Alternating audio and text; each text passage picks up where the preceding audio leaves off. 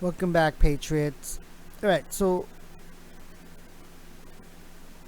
I woke up a little early and I couldn't go back to sleep, but we have some new news that I think is worth covering. I'm gonna show this and then I'm just gonna again. This is like live. This is a live recording. I don't do live streams because I can't do any, but I just start recording and I just go through whatever's, you know. But let's start with this.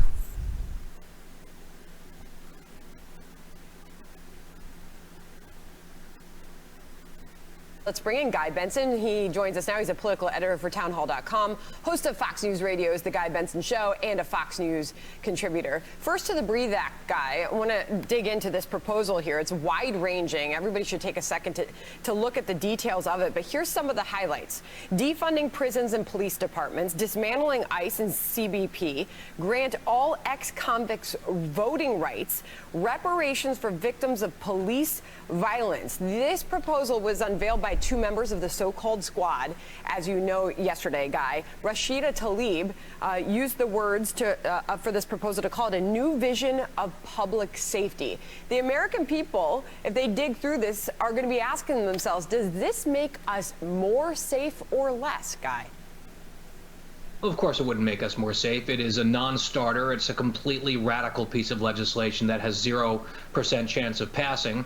Certainly, with the Republicans in control of the Senate and Donald Trump in the White House, it will not become law. I'm not even sure Nancy Pelosi is terribly eager to put this on the floor for a vote in the House of Representatives because it is filled with poison pills, even for a number of Democrats. And so, look, they can put this out. I think it is helpful when politicians tell us what their vision is for the country. And in this case, their vision is to defang the police and abolish major mechanisms for law enforcement, whether it's drug enforcement, immigration enforcement, prisons. I mean, it is, I think, telling and striking that amid a spike in violent crime in a lot of cities where the police feel like they've had their knees cut out from under them, you have some Democrats and people way out on the left saying, let's take that model basically and let's enshrine it in law and make it nationwide. I think a lot of Americans would say, no, thank you. And one other point, we talked there a moment ago, Doug McElway in his report mentioned the clashes here in D.C. where you had people arrested. They were blocking motorists in Washington. They weren't allowing traffic to come through. People had to turn around. We've seen these types of completely unacceptable, quote unquote, protest tactics in other places recently, Washington State, Atlanta, and has resulted in violence and in some cases death. It is dangerous. And I think that cities need to be held responsible. People who are in charge, politicians with power, need to be held responsible. And the police need, I'm in favor of reform, but they need to be allowed to do their jobs. But still, Rashida Tlaib in her announcement saying this is a new vision for public safety. She says that this is one of the largest movements for justice. She says this is here in defense of Black lives. But again, if you dig into the details, other provisions that are in this proposal, abolishing surveillance tactics, Guy, which includes electronic monitoring, by the way, the elimination of gang databases.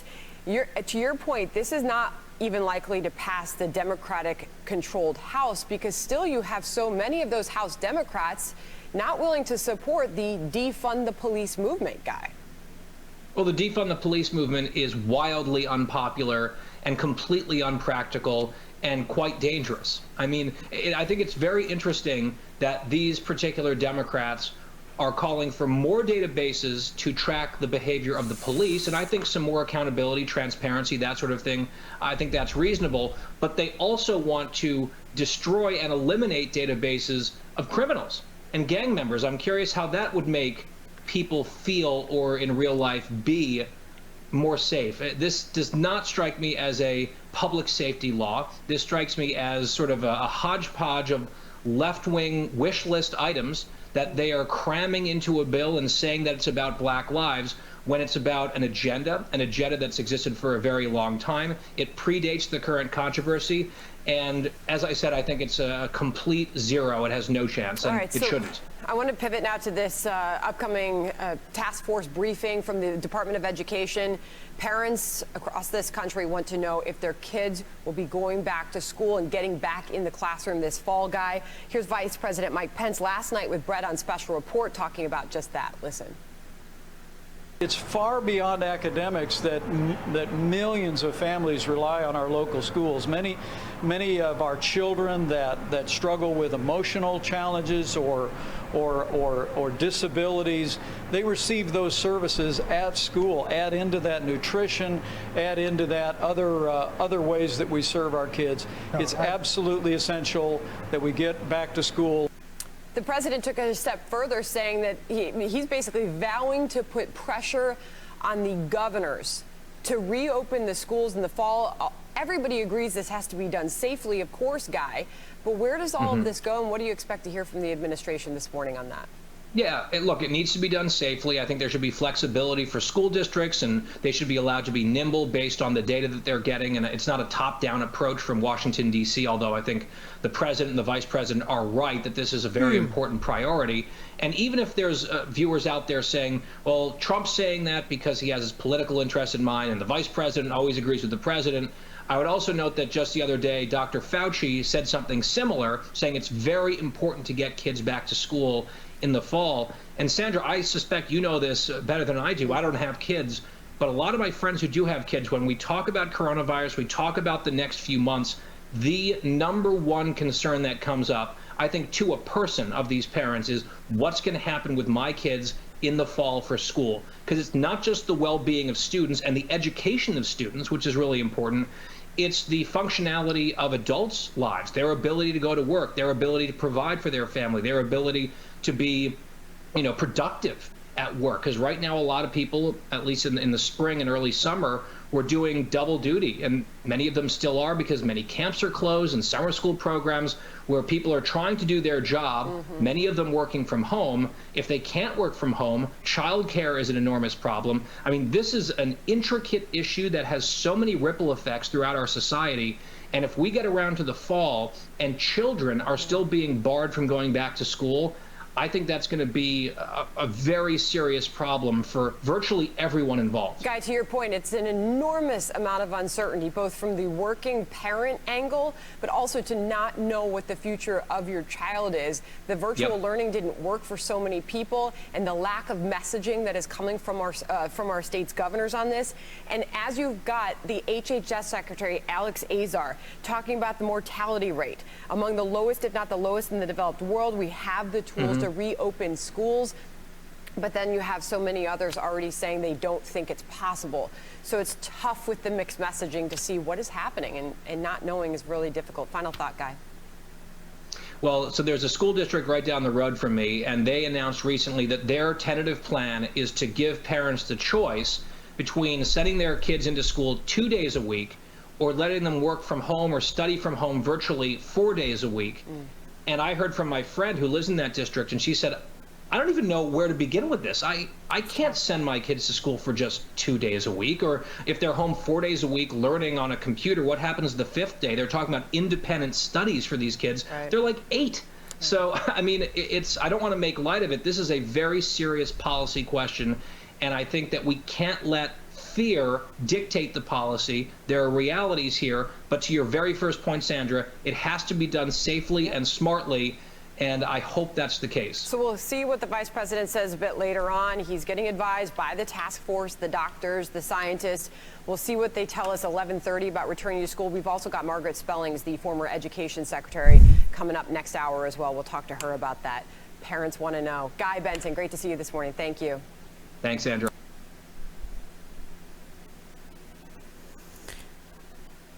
So there you go.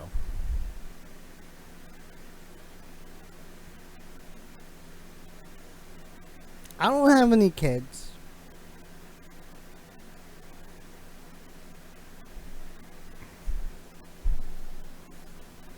So it's like, how do you feel about that? Right? How do you feel about that?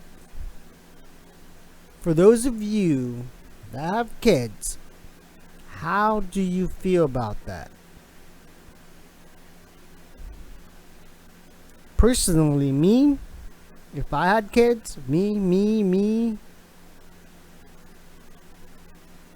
from the get-go, I'm homeschooling my kids. No public schools, no, especially no, church schools. Heck no, you're not going there. If you want to read the Bible, I will read it to you myself. Right? So we have, it's like, there's a bunch of questions that can be asked about this whole situation. And it's just like, ask yourself, oh shoot, hold on, let me, gives it more effect if I put my ugly ass mug on there. But, like, ask yourself, like, come on, dude. Are y'all just blind? Y'all don't want to believe? Wear the stupid mask, do all this. But the schooling, I think, is very important. Because it teaches our youngins, where we came from, what our values are. Teach them morals. It's what makes our country great. Don't judge someone by the skin of their color. Like, no. None whatsoever. If they're cool, they're cool, right? If they're not, they're not. There you go. There's a difference right there. Boom.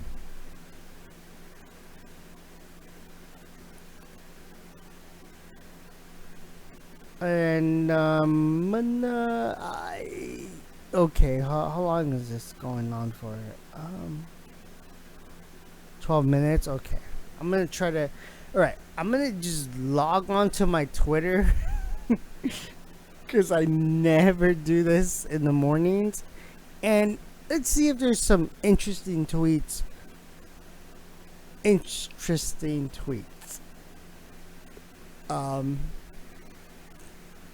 Yeah, give me a second.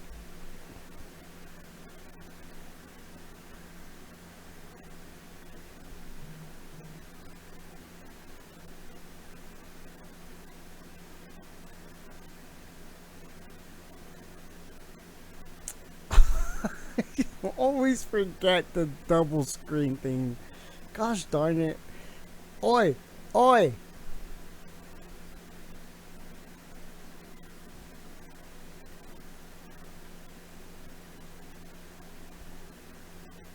Alright, this guy's not... Oh shit, it is? Okay. There's another guy that does, like, he has the exact same handle. But yeah, this is POTUS, dude, so... Heck yeah. Boom. Boom. We are the silent majority. It's stronger than ever. Just watch. Right? Because what is happening right now? Everybody's just sitting back and watching what is happening. And we got all these stupid protests, all these tearing down of, monuments, history, and, people are watching.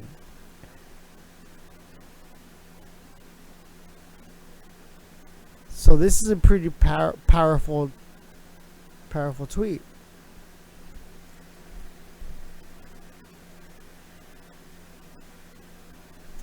So I'm in California time. It's 9:35, and he tweeted this out at 9:21 a.m. I guess it's just calculating my time. So this was 3 hours ago, I'm gonna say. Unless he just did do it. There you go. Best president Ever.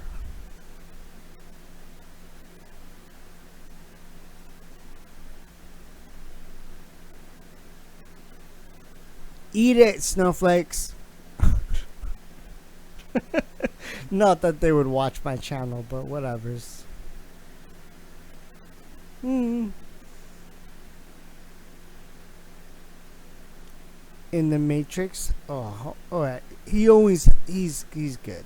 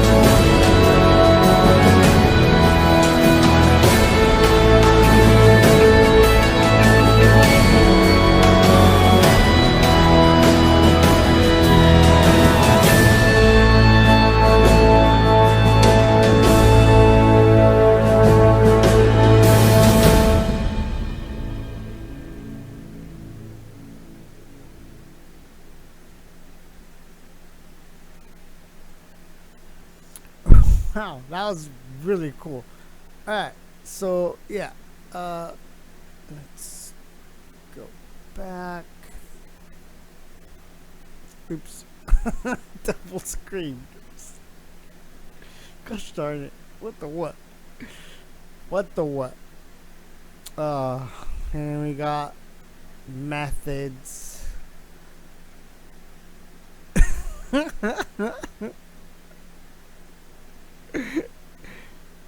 If only you knew how bad things are. Things really are. What's the buzz, y'all? What's the buzz, y'all? That's just... If you don't watch McAllister TV on YouTube, check her out. She's so cool. What's the buzz, y'all? This is the buzz, man.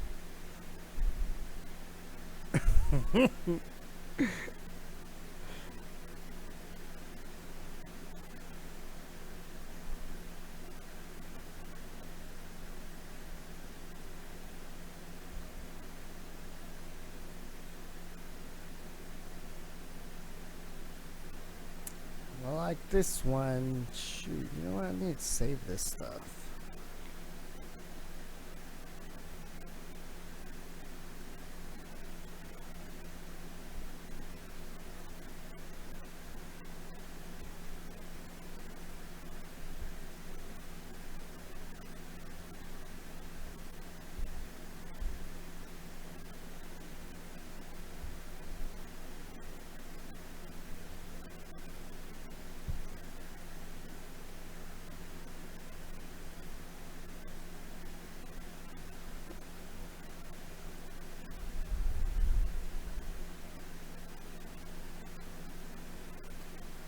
The silent majority is growing by the tens of thousands.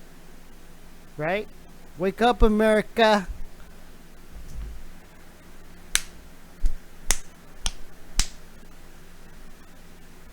Slap in the face for all the normies that are still zombies, right? God. I still go to work and I just look at people and just the conversations they're having. I'm like, oh man, you're so indoctrinated.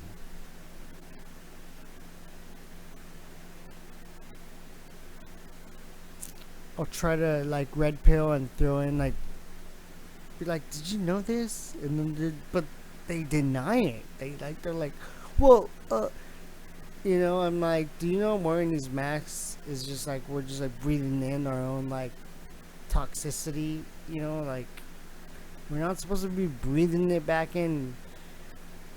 But you know, it's better to be safe than sorry, you know, like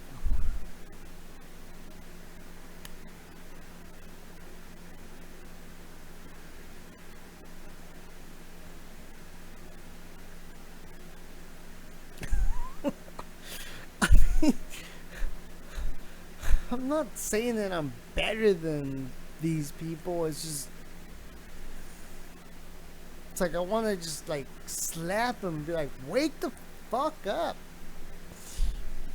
So, man, I'm been trying not to say that word. I'm sorry for it.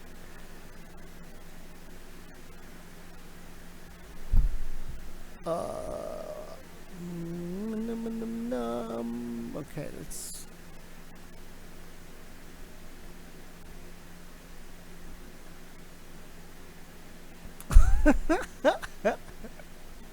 Alright, this is gonna be probably so good.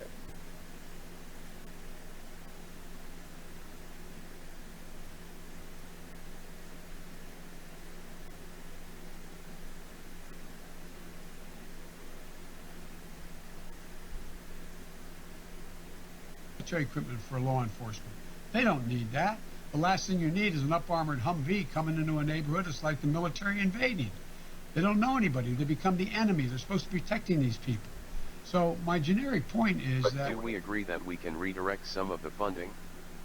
Yes, absolutely. And one of the things that we also need to be doing is surplus military equipment for law enforcement. They don't need that. The last thing you need is an up-armored Humvee coming into a neighborhood. It's like the military invading. They don't know anybody. They become the enemy. They're supposed to be protecting these people. So my generic point is But that... do we agree that we can redirect some of the funding? Yes, absolutely. And one of the things that we also need to be doing is surplus military equipment for law enforcement. They don't need that. The last thing you need is an up-armored Humvee coming into a neighborhood. It's like the military invading. They don't know anybody. They become the enemy. They're supposed to be protecting these people. Alright, oops. I think I let it play twice or 3 times. My bad. Who cares? Like I said, I do these things live. I don't... No editing, dude, in my part. Like, I don't edit my videos whatsoever. I mean, I have the... I can. Like, I could just stop the stream and then cut into another one. To me, that's just... It takes too much time.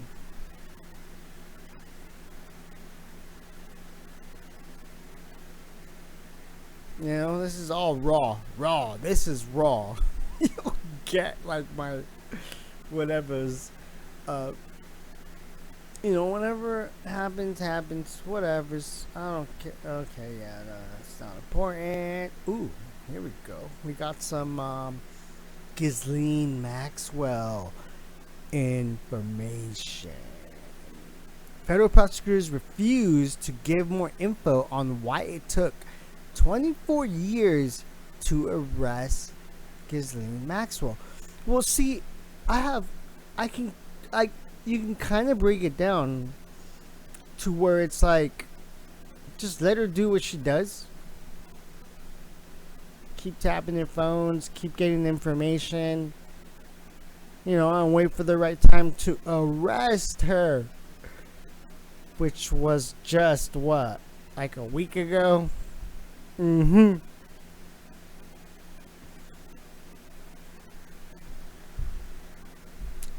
go over this article.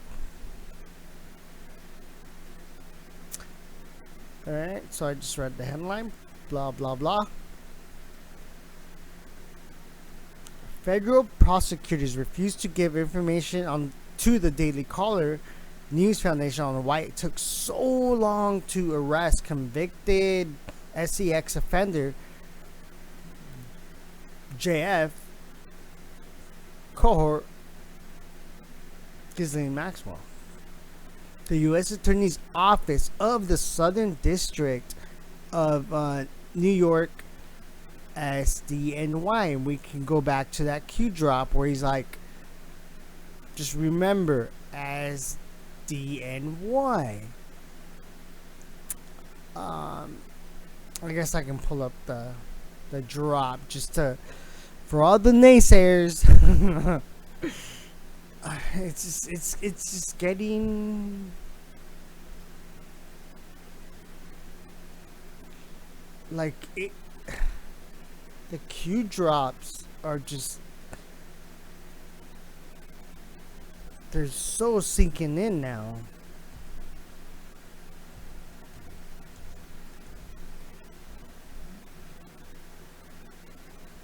There you go. This is the latest, one of the latest ones, 4484. SDNY. Importance of SDNY control, jurisdiction, Wiener evidence collection, Clinton Foundation, Epstein evidence collection, Ukraine. So she's gonna out like all of these. She's like, yeah, they did something. Yeah, they were doing things. He did things. Oh, and then Biden, right? There you go, dude. Like, gosh, dude, like, the information that is coming out, that is going, well, obviously, if she doesn't,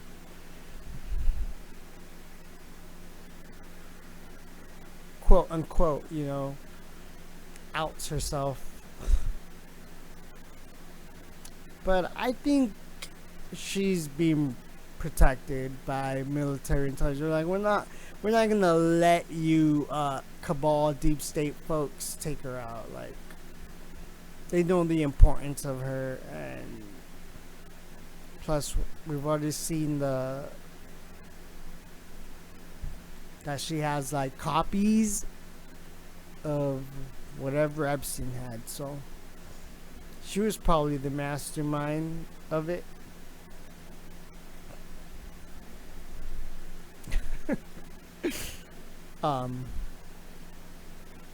So yeah, that was that.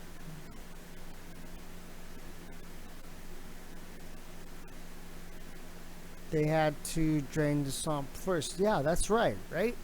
Gotta remove all these, for people that say that nothing has been happening. It's been happening behind the scenes.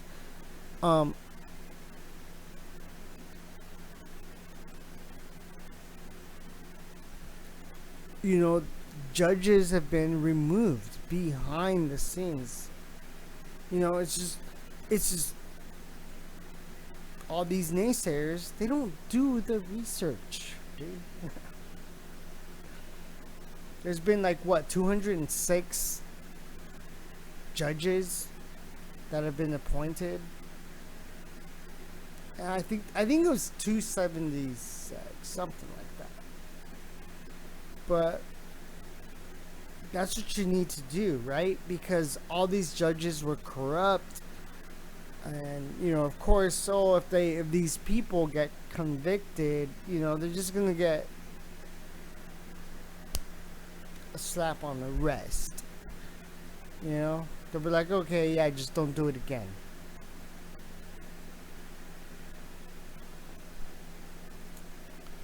But no, pain is coming. Okay, I don't know why I'm on this screen.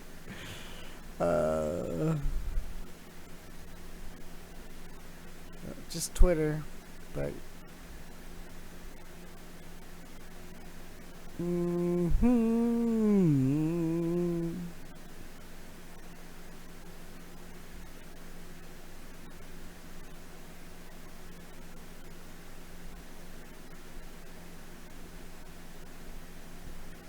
oh, okay, I'm on someone's. Oopsie.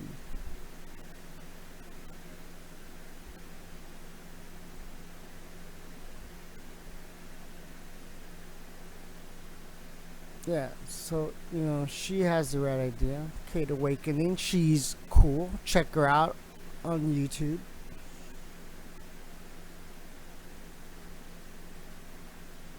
Can't do it. Oops, sorry.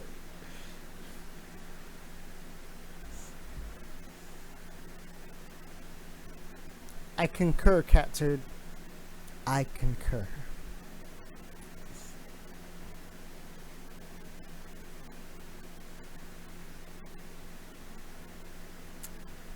Sorry you had to see that.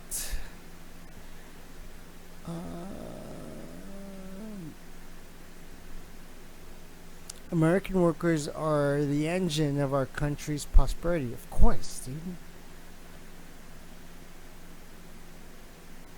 Alright.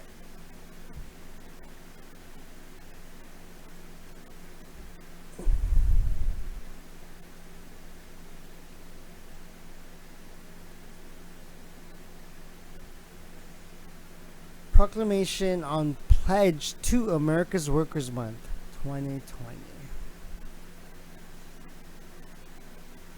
The ongoing effects of the coronavirus pandemic on our nation's economy and workforce have been unprecedented.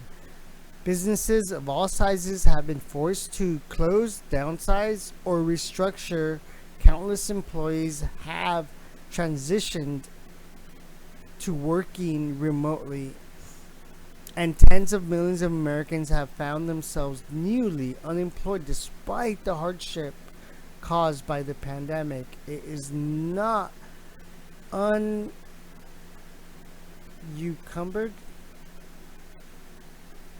Uncumbered? Yeah, man. Again, sorry. I suck at reading. The American spirit or the underlying resolve of our nation's workers. The United States economy added 2.5 million jobs in May, rebounding with historic strength and beginning the transition back to strong economic growth.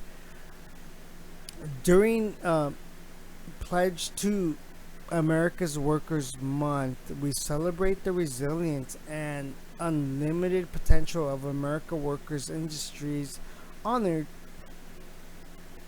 the state and private sector organizations that have pledged to train, educate, and reskill American workers, and reaffirm our unparalleled support for our workforce as we emerge from the grip of this crisis. In July 2018, established the President National Council for the American Worker in order to develop and implement the national strategy to reshape the education and job training landscape to better meet the needs of the American students, workers, and businesses. In coordination with Council, my administration has called on states, businesses, and trade groups to sign and pledge to the Americans workers, by which they commit to expanding programs that execute or educate, train, and reskill workers of all ages. a strong bipartisan majority of our nationals, governors, and over 430 companies, trade associations, and unions have signed the pledge promising to provide education and training opportunities for 16 million American students and workers over the next 5 years. You know, they bring up a very good point, right? You know, like, think about high school. Think about high school, right?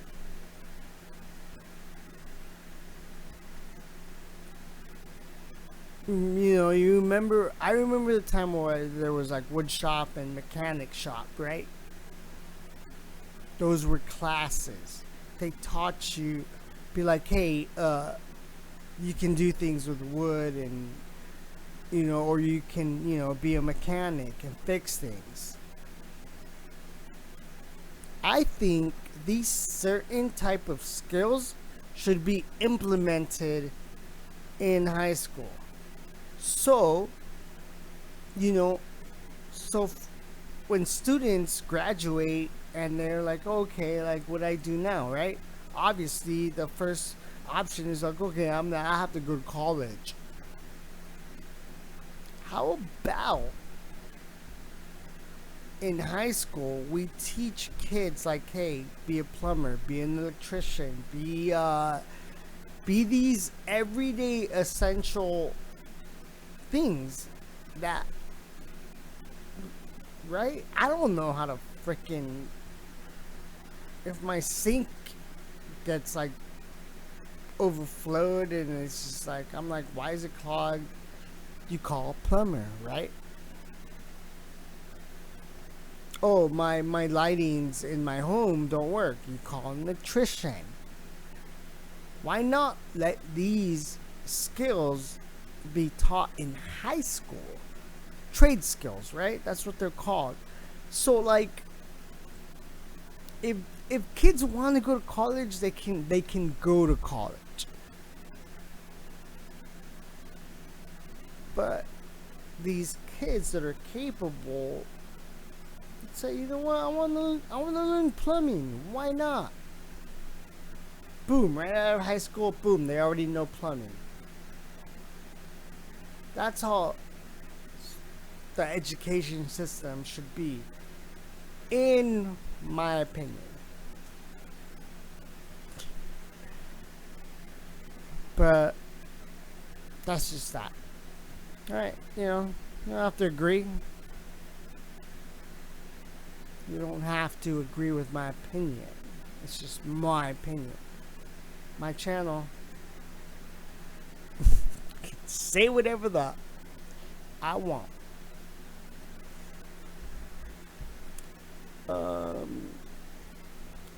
Alright, so yeah, that's pretty much it. They pretty much, I mean, that's just what I got from it. So, whatever, use your own discernment.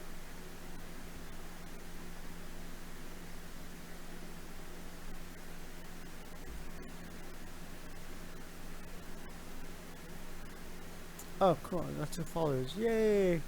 Whatever.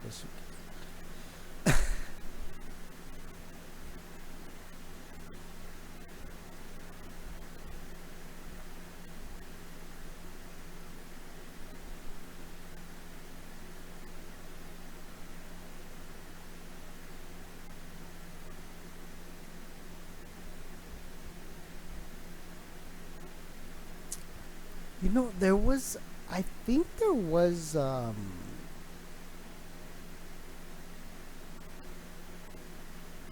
that's pretty funny. There was like a story that I think I left out that I wanted to get to. You know what?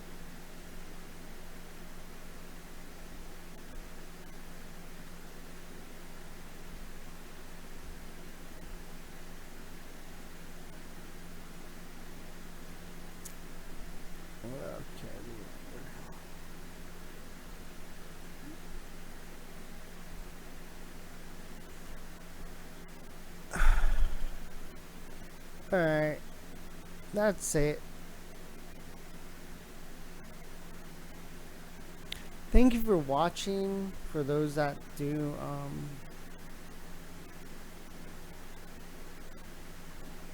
yeah, you got chat logs right there. Oh, True reported. What's wrong? What's up, bud?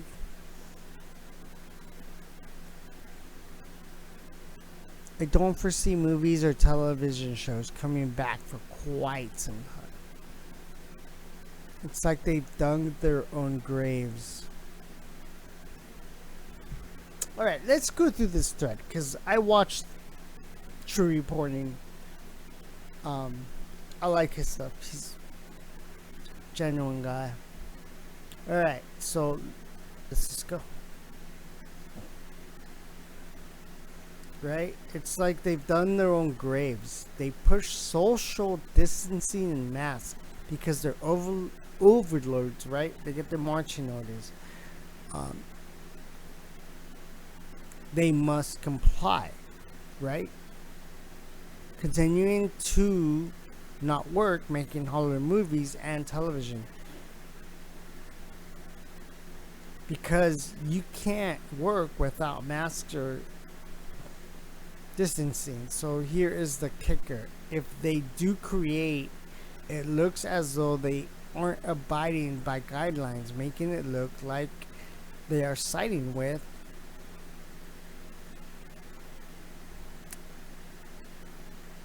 best president in the world and not their fans or handlers. They've shot themselves in the foot. No movies / television equals no money coming into Hollywood. Hollywood goes bankrupt. Meanwhile, all of this freed up time from no content being shown to us. Humanity begins to tighten back up. Starts to research. YouTube becomes the hub. These truther channels become the content. I agree. 3 years ago, I stopped watching TV. Turned it off. I don't even watch it. And these types of channels were the ones that were my TV. True Reporting, Space Shot 76, X-22 Report, Red Pill 78, Dustin Nemos.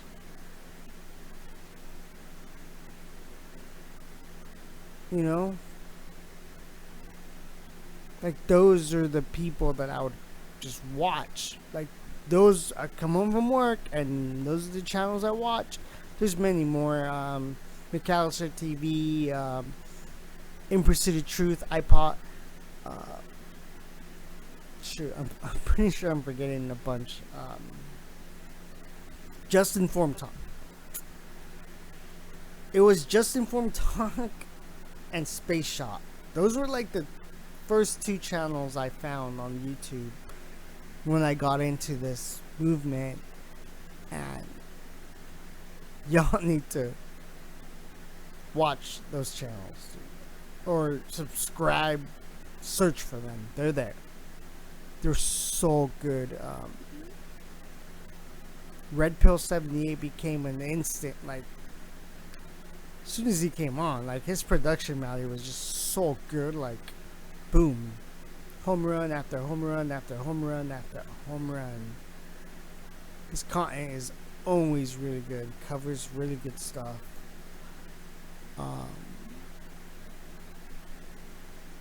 SGT Report, follow that channel as well.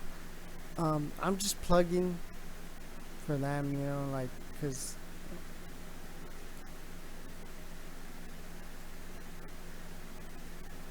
I've been wanting to start a channel since like 3 years ago, but it's always kind of like I'm shy in general. Like, I can't believe it's like it's gone to a point where it's like I can't believe that I'm actually, like, you know, I'm actually showing my face. I'll even share my name. I don't care. It doesn't matter anymore.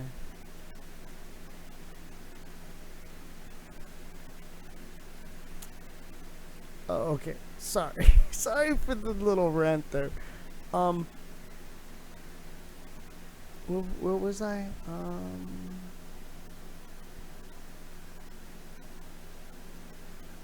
Day by day, Hollywood dies. Sorry,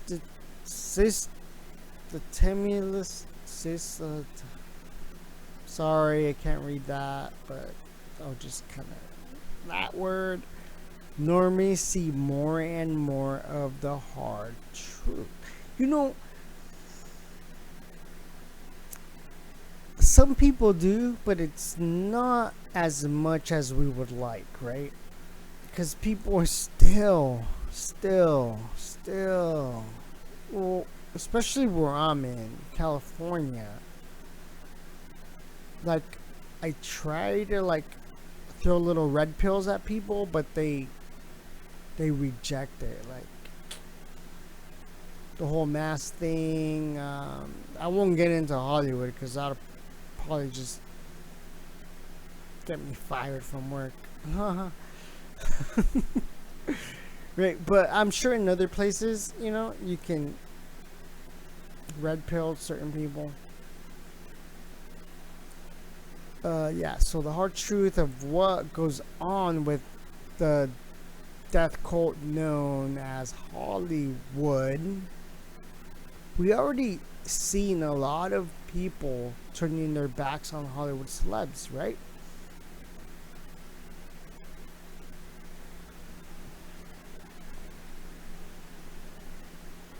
I mean, before I even knew about the Q movement, I was like a huge movie buff. Name a name, and I'll be like, oh, he was in that movie. He was in that movie. He was in that movie. He was in this movie. And now it's like, I don't even care anymore. But back then, I was so passionate about it. Like, self-proclaimed movie buff, right? When people didn't know what person was in what movie, you know, I'd be like, yeah, who was in that movie? Oh, it was this guy. It was this movie right here. You know, I would, off the top of my head, like, I knew what movie they were talking about. And then they'd be like, oh, yeah, it was that movie. So, yeah. This is going to be very difficult. When Hollywood comes crashing down, there's going to be a percentage of the general population that aren't going to be able to take it. They're going to just not understand.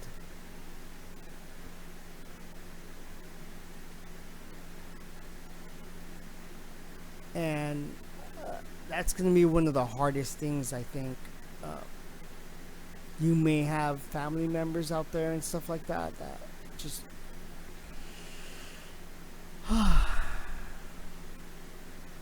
like, don't get me wrong, it was hard for me, but I'm a realist. I can see when I'm being lied to, and it didn't take long for me to just get over it. Like, I was just like, oh, okay, yeah, I get it. I understand now. Now I understand. Now when I see these movies, see all the symbolism, all the indoctrination. Some of these movies are actually documentaries, you know? The Matrix. That's a perfect example. That's exactly, you see how they mock us? We were plugged into a matrix. They didn't want us to come out of the slumber, and they do it through Hollywood. Entertainment, music, sports, bread. Give them bread and circuses, and they will never revolt. Right? They've been using the same playbook for years, but have hope. The Patriots and the White Hats, they know this. They've been putting the plan they've been doing a plan themselves. They're like, okay, just let them do what they do. We got our plan. We're going to be planning. And it took this long for their plan to be like, all right, now is the time to implement our plan. And it started with Donald J. Trump. POTUS. Eat it, liberals. He's your fucking he's your president. Sorry. Gosh, I'm like rambling more than ever. So it's either they side with Trump and the Patriots by not wearing masks and social distancing, or watch their world die slowly in front of them. Damned if they do, damned if they don't. Hollywood is dead. And I agree. I agree with you.